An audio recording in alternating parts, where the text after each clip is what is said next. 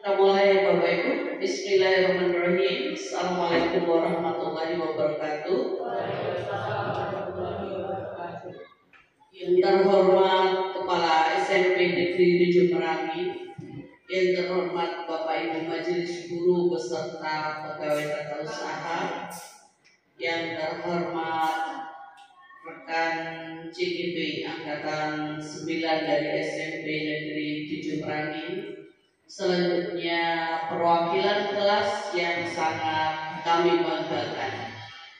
Puji syukur marilah kita ucapkan kehadirat Allah SWT yang telah memberikan kita kesehatan sehingga pada pagi hari ini kita bisa berkumpul di ruangan ini dalam keadaan sehat dalam rangka penyampaian diseminasi budaya positif sekolah sebagai bagian dari tugas kami calon guru penggerak SMP Negeri 7 Angkatan 9. Mudah-mudahan setelah selesai acara ini nanti kita bisa menerapkannya di sekolah kita.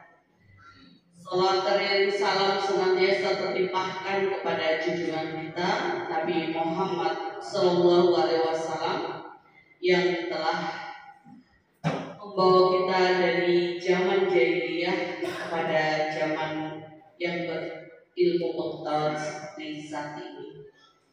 Marilah acara kita pada bagian ini kita buka dahulu bersama-sama dengan membaca basmalah. Bismillahirrahmanirrahim.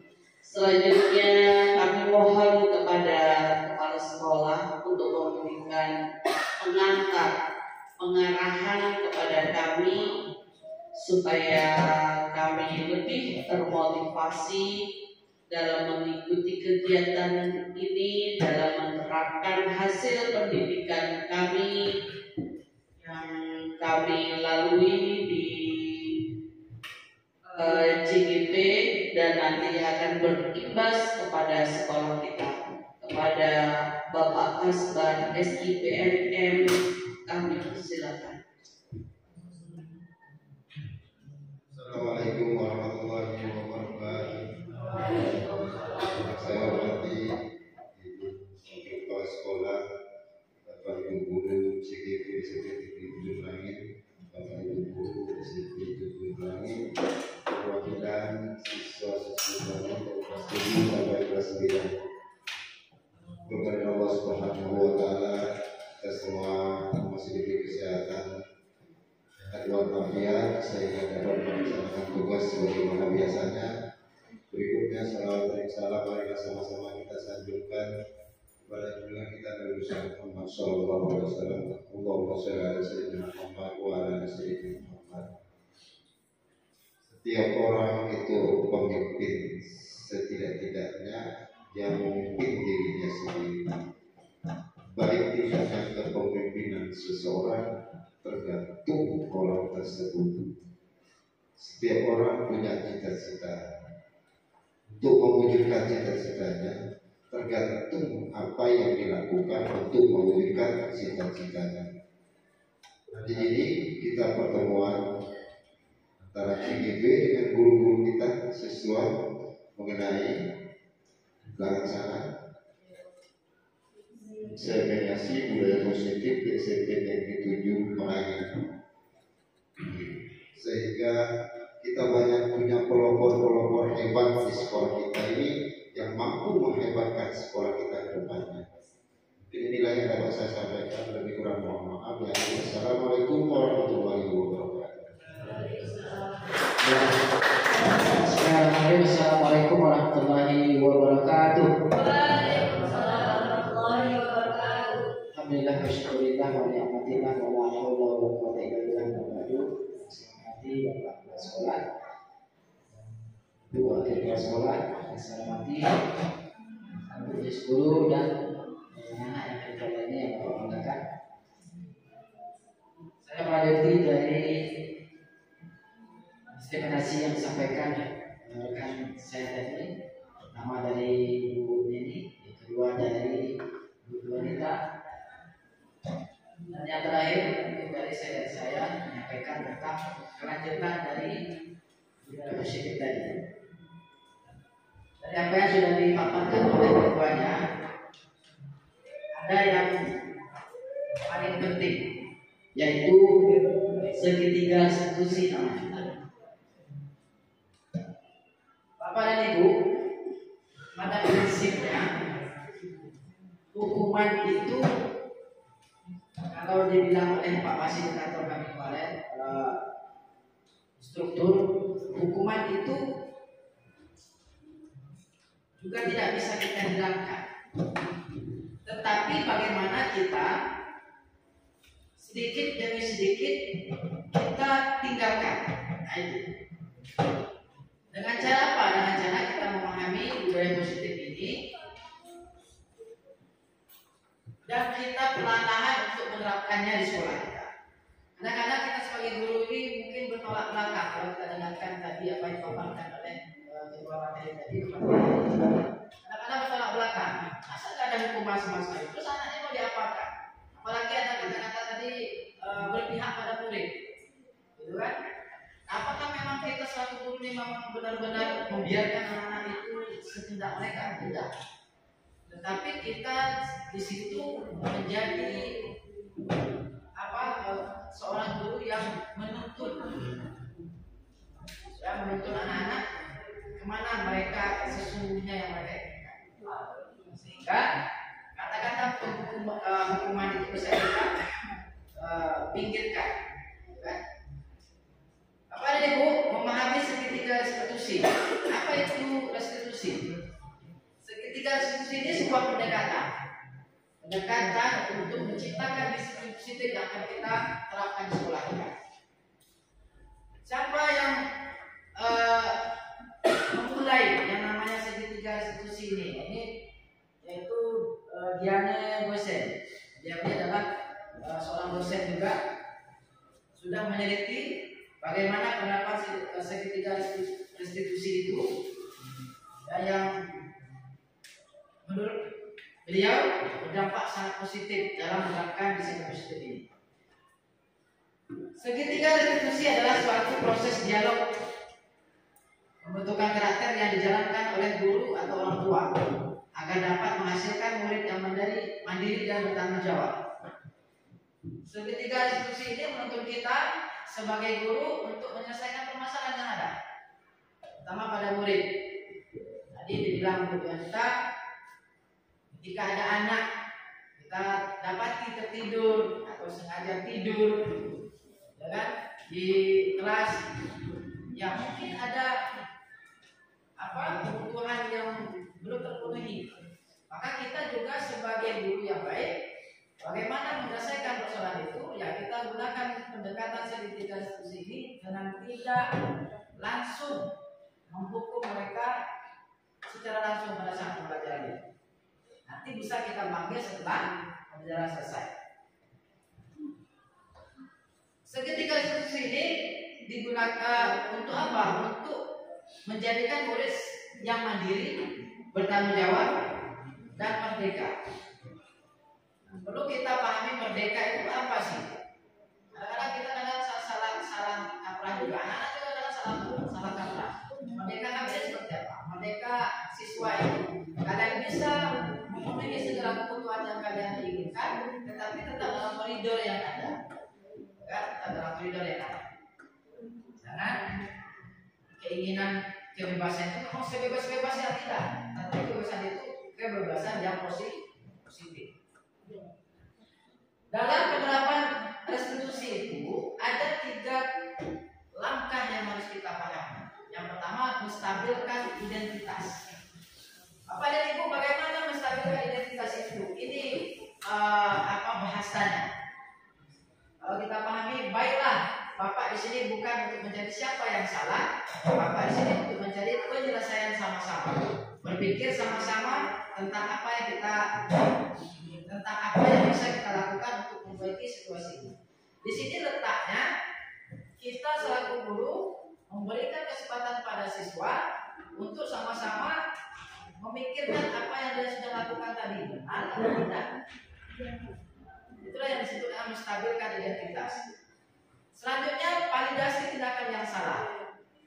Kalimatnya, kalian pasti melakukan itu ada alasannya.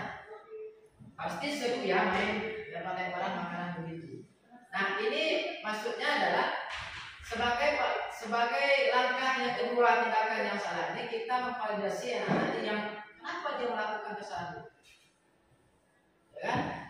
Nah, maka tidak terlepas dari yang namanya kebutuhan dasar tadi yang disampaikan. Kadang-kadang memang anaknya melakukan yang salah itu pasti ada sesuatu yang mereka belum dapati. Maka kita stabilkan dulu, validasi dulu tindakan yang mereka lakukan itu, sehingga mereka merasa bahwa ini memang salah yang sudah dilakukan. Kemudian kita mencari keyakinan. Sekarang mari kita, ini bahasanya, sekarang mari kita bicara tentang keyakinan kelas dan keyakinan sekolah kita. Apa yang kita percaya, yang mana yang kalian perlu tunjukkan. Nah, dengan demikian anak-anak akan merasa bahwa mereka yang melakukan tindak kesalahan tadi, berarti mereka ada yang belum datang dari keyakinan mereka sendiri atau dari dalam diri mereka sendiri. Secara intrinsik mereka masih terpaksa, ya. Tapi kalau anak sudah dari dalam diri mereka tidak akan melakukan kesalahan itu. Bapak dan Ibu, langkah ini kalau mari ke depan kita terapkan, tidak perlu ada praktek tersendiri lah dari Bapak dan Ibu ke depan dalam penyelesaian masalah pada anak. Kita pasti menemukan masalah, minimal masalah yang ada di kelas kita masing-masing. Jadi mencoba melakukan segitiga restitusi ini dalam penyelesaian permasalahan pada anak. Selanjutnya, keyakinan kelas. Bapak dan Ibu, tadi disampaikan keyakinan itu berbeda dengan peraturan. Peraturan itu lebih banyak pada dilarang, dan dilarang. Tetapi kalau keyakinan itu beda. Ya, peraturan itu datangnya bukan dari murid, melainkan dari guru atau sekolah yang akan menunjukkan kecenderungan sebagai suatu ketebasan bagi murid. Berarti selama ini yang kita lakukan salah tidak salah. Cuma kita belum tahu format yang pas seperti apa. Nah, sekarang kita ketemu nih formatnya. Sehingga ke depan kita membuat peraturan sekolah itu bersama yang akan kita jadikan sebuah keyakinan. Ya. Sedangkan keyakinan berasal dari motivasi intrinsik dari dalam kita sendiri, dari dalam siswa. Tidak unsur ada paksaan. Ya, yang akan membuat murid aware, ya, sadar, yakin tentang apa yang mereka lakukan. Kemudian bahwa setiap keyakinan yang mereka buat, mereka merasa yakin, sadar, selalu menjaga bahwa apa yang mereka yakini itu sebagai nilai-nilai kebajikan yang akan mereka manfaat bagi dirinya sendiri. Jadi keyakinan kelas yang sudah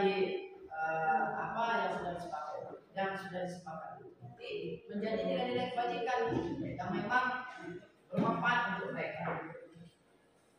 Kemudian membentuk keyakinan kelas diawali dengan membuat kesepakatan bersama tentang nilai-nilai kebajikan yang diyakini. Bagaimana contoh kalimat keyakinan kelas? Ini ada contoh yang kami buat. Kelas akan kelihatan rapi apabila barang-barang tersusun sesuai tempatnya. Nah, kalau kita ambil kalimat ini maksudnya kemana ya kira-kira? Kelas akan kelihatan rapi apabila barang-barang tersusun sesuai tempatnya.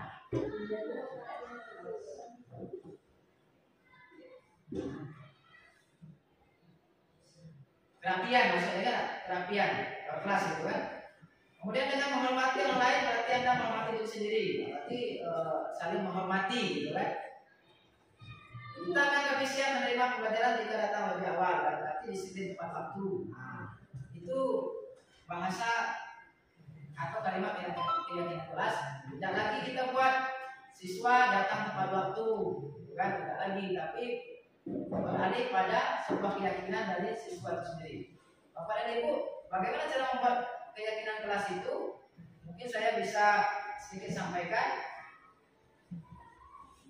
Yang pertama kita mempersilakan warga sekolah atau murid-murid di sekolah, di kelas khususnya, karena kita membuat kelas dulu, untuk bercurah pendapat tentang peraturan yang perlu disepakati di kelas. Jadi wali murid memberikan kesempatan kepada siswanya untuk bercurah ya tentang peraturan, tentang keyakinan yang akan disepakati di kelas itu.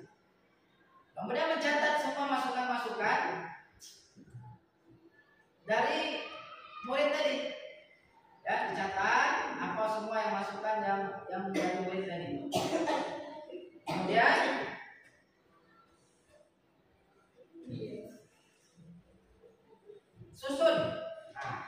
susunlah keyakinan kelas sesuai prosedur. Pembentukan keyakinan sekolah atau kelas gantilah teman-teman dengan bentuk menjadi positif. Contoh tadi misalnya jangan berlari di kelas atau koridor, jangan berlari di kelas. Kita ganti dengan berjalanlah di kelas atau koridor. Jadi ada bahasa atau kalimat yang kita ganti dalam penerapan keyakinan kelas ini. Setelah ditulis oleh anak itu kita tinjau kembali, ya, tinjau kembali. Jangan kita sepenuhnya menyerahkan kepada anak. Karena kadang-kadang kita kan memahami bahwa kalimat yang diberikan anak itu tidak asugan. Kan? Kadang-kadang ada yang person itu artinya yang penting mereka bebas saja. Itu juga kita telusuri, kan? Di sini letak kita menuntut, ya, letak kita menuntut bahwa tidak juga sembarangan membuat itu. Nanti dibuatnya siswa bebas makan di kelas, ya, itu kan tidak jadi salah, kan? Atau yang tidak mengerjakan PR, jadi apa ya? Memang agak, kalau saya pribadi begini, memang agak sulit, tapi kita coba perlahan-lahan dan kita meninggalkan perlahan-lahan yang namanya hukuman. Jadi kalau ini terlaksana, yang kita percaya, kita juga akan nyaman. Kenapa kita nyaman? Gak ketemu lagi dengan anak-anak yang terlalu yang bermasalah itu, yang kita akan bermasalah. Kita ketemu lagi kita. Kalau kita sudah sedikit demi sedikit menerapkan. Kemudian lanjut langkah yang membuat keyakinan kelas tadi. Setelah ditinjau ulang, lalu kita kembali sepakati tentang keyakinan itu. Baru kita tempelkan di ide yang nampak oleh orang banyak. Pertama, yang membuat keyakinan itu. Kan dia selalu sadar bahwa ini keyakinannya saya yang buat kemarin ini. Kan beda kalau kita buka peraturan kelas kita, kan beda dengan konsep keyakinan kelas itu. Ya. Itu langkah-langkah yang bisa dilakukan. Nanti bisa dimodifikasi langkah itu supaya senyaman-nyaman lah, supaya di kelas itu dapat keyakinan kelas yang memang benar-benar keluar dari siswa itu. Nanti mungkin kita bertanya, lalu gimana dengan sekolah? Yaitu namanya keyakinan sekolah. Nanti keyakinan kelas itu bisa kita proyeksikan ke dalam keyakinan sekolah. Ya, nah, pembentukan keyakinan sekolah itu kita butuh prosedur yang tidak jauh beda dengan prosedur keyakinan kelas itu. Makanya kalau sudah ada di keyakinan kelas itu sudah pasti bisa kita masukkan ke keyakinan sekolah. Ya, intinya Bapak dan Ibu semua, dalam penerapan disiplin positif ini mengajak kita semua untuk melakukan sesuatu itu dari dalam diri kita sendiri, tanpa ada unsur paksaan apa-apa, tanpa ada takut pada siapa-siapa, apalagi takut pada hukuman. Siswa juga sama, jangan takut pada hukuman. Kalau memang kita salah, ya kita akui kesalahan kita itu dengan kegentlemanan kita selaku siswa. Kalau kita ini salah, kita siap diberi sanksi apa saja. Ya, nah untuk menghilangkan sanksi hukuman itu, mari kita sama-sama melakukan disiplin positif sehingga hukuman tadi bisa kita pinggirkan. Ya, Yang perlu kita garis bawahi, hukuman itu memang tidak bisa kita hilangkan, tapi kita pinggirkan, kita samarkan kalau kita memang benar-benar menerapkan disiplin positif itu dengan sesungguh-sungguhnya dari dalam diri kita masing-masing. Peran kita berbeda, guru menjadi guru sebagai teladan untuk semua siswa, siswa juga sebagai siswa menjadi teladan untuk diri kalian sendiri dan menjadi contoh untuk cerminan untuk yang lain. Karena satu siswa akan menjadi cerminan ke siswa yang lain. Itu juga kami, cerminan kami menjadi cerminan untuk guru yang lain juga untuk siswa yang untuk murid-murid yang ada. Demikian yang bisa saya sampaikan sebagai kelanjutan dari materi disiplin positif pada hari ini. Saya tutup dengan bila taufiq wal hidayah. Assalamualaikum warahmatullahi wabarakatuh.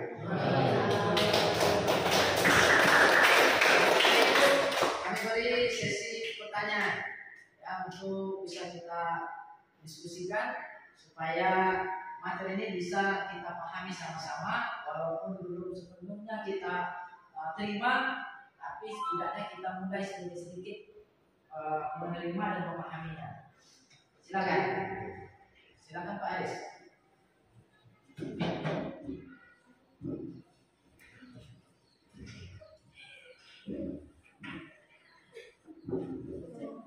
Assalamualaikum warahmatullahi wabarakatuh. Tanyakan itu kalau bagaimana misalkan ada murid yang duduk di kelas, ada murid yang duduk di kelas, ada murid yang lari-lari, bagaimana cara kita mengatasinya? Contoh solusi itu kita panggil, sementara kita kan tidak boleh memberi sebuah hukuman. Bagaimana cara kita agar murid itu bisa tidak mengulangi lagi? Sementara kalau murid tidak diberi hukuman, biasanya itu dia malah melunjak di luar. Dan terima kasih. Itu biasanya saya. Tetapi setelah seperti itu betul, kemudian diberi elaborasi dari instruktur, ternyata memang membuat kita ini nyaman, nggak marah-marah gitu. Nggak ada tinggi lagi rupanya. Makanya saya bilang ini kita perlahan diterapkan. Jadi posisikan kita ini sebagai seorang manajer dengan suara yang lurus, kan memang kita dekat pada anak, bahasa Indonesia tidak kaku dengan bahasa yang memahami tadi, kan? Tapi itu besoknya apa materi? Kawan bukan lagi kan? Itu yang kita bilang tadi. Kita tinggalkan lagi supaya disiplin ini kita bisa terapkan. Kita mulai dari kita dulu, baru nanti kita proyeksikan pada siswa-siswa kita. Dan itu yang boleh saya sampaikan oleh Ibu Kabu. Seperti itulah. Gunakan tahapan segitiga responsif tadi. Nah ini yang paling utama nih, segitiganya. Ya, dia loncat-loncat di kelas. Jangan saat itulah kawan tuh yang loncat ke gawe kawan selesaikan dulu proses pembelajaran. Nanti panggil anak tersebut, kita berhadapan head to head kita, lalu kita tanyakan dengan tahapan segitiga. Apa yang si Pak Aris lakukan sekarang? Pahami dulu segitiga itu apa? Ya, belajar dulu, sama-sama kita belajar. Kan? Nah, kalau kita terapkan, artinya ini akan kita terapkan perlahan-lahan ke depan Pak Aris. Kan? Dengan cara apa? Cara pertama kami praktekkan dulu. Tadi yang sudah dicontohkan bentuknya ini jadi kita masing-masing dua. Saya juga dua. Kan? Nanti harapan kami juga akan Ibu terapkan juga minimal satu kasus ya, minimal satu kasus untuk Ibu terapkan di praktekkan di pembelajaran Bapak dan Ibu. Nanti rasakan hasilnya. Kita bedakan dengan apa yang sudah kita lakukan. Kalau saya memang sudah merasa nih, kalau mama sekarang ada lagi, ya agak kalem ya. Nah, jadi makanya dan kadang-kadang memang anak itu kalau kita memposisikan diri kita sebagai manajernya, mereka senang juga dengan kita, tidak ada rasa takut. Sulit memang, tapi kita sedikit demi sedikit. Ya, itu dari Baris. Silakan yang lain dari Ibu satu aja. Dari Ibu nih. Lalu izin bertanya, kalau restitusi sudah dilakukan, tetapi kedisiplinan kelas sudah tetap dilanggar, itu apa yang dilakukan?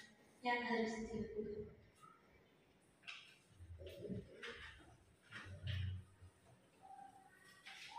Terima kasih Mani. Kalau restitusi itu sudah dilakukan, tapi masih juga tetap melanggar, gitu kan? Apa yang tidak selanjutnya, gitu kan? Ini konteksnya pada siswa,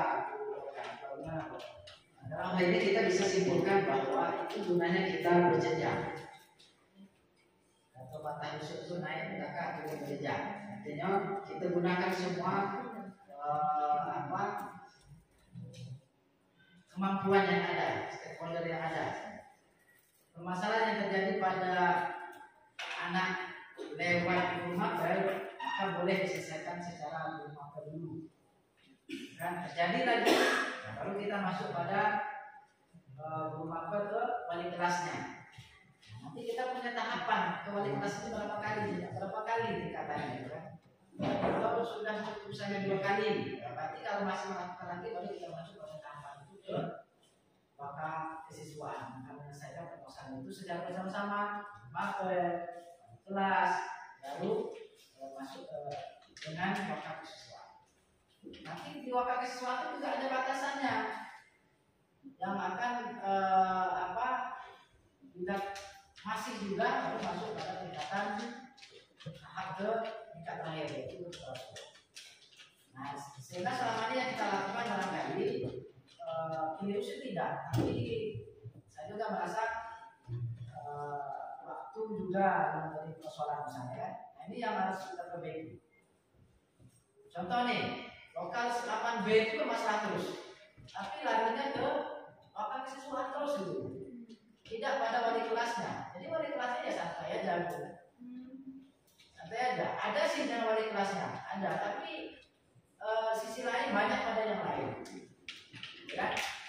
Nah, sebaiknya itu memang pada wali kelas itu. Jadi wali kelas punya catatan. Saya punya catatan. Yang kelas sudah saya punya catatan. Nanti nggak masuk lagi pada tingkat wali kelas baru kita masuk. Artinya buat ibu tahapan itu juga nggak bisa kita tinggalkan.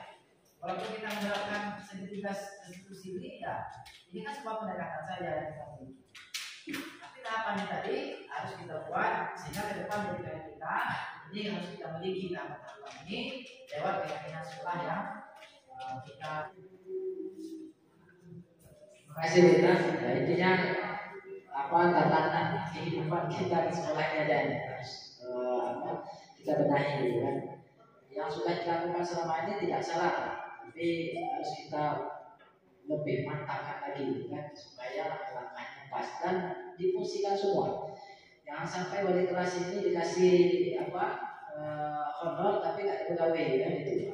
Saya ini nggak kurang enak juga, dikasih honor tapi nggak pegawai, gitu kan.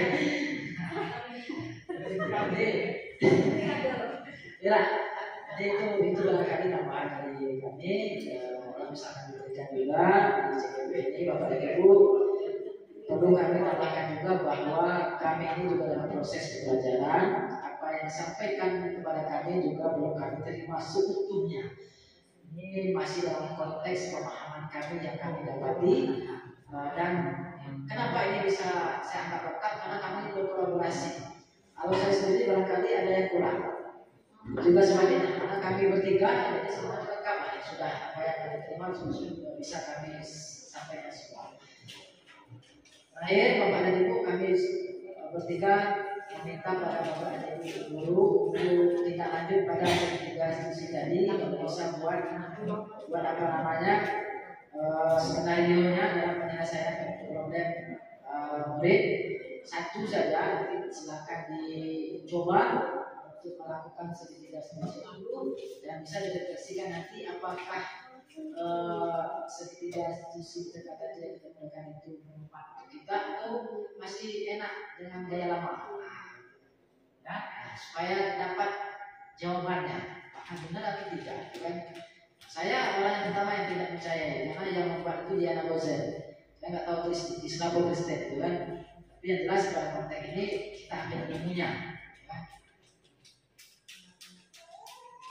Terakhir untuk merangkum ya, untuk penguatan saja meminta kepada Bapak Konsulat untuk menyampaikan sesuatu yang sifatnya untuk menguatkan hal ini agar bisa kita terapkan ke depan ya, terutama untuk kami selaku pendidik juga untuk anak selaku siswa. Dan kita tempatkan kita sebagai apa? Guru itu sebagai siswa. Oke, kembali kepada apakah Demikianlah diseminasi sosialisasi budaya positif SMP Negeri 7 Merangin siang hari ini. Marilah bersama-sama kita tutup dengan membaca Alhamdulillahirobbilalamin.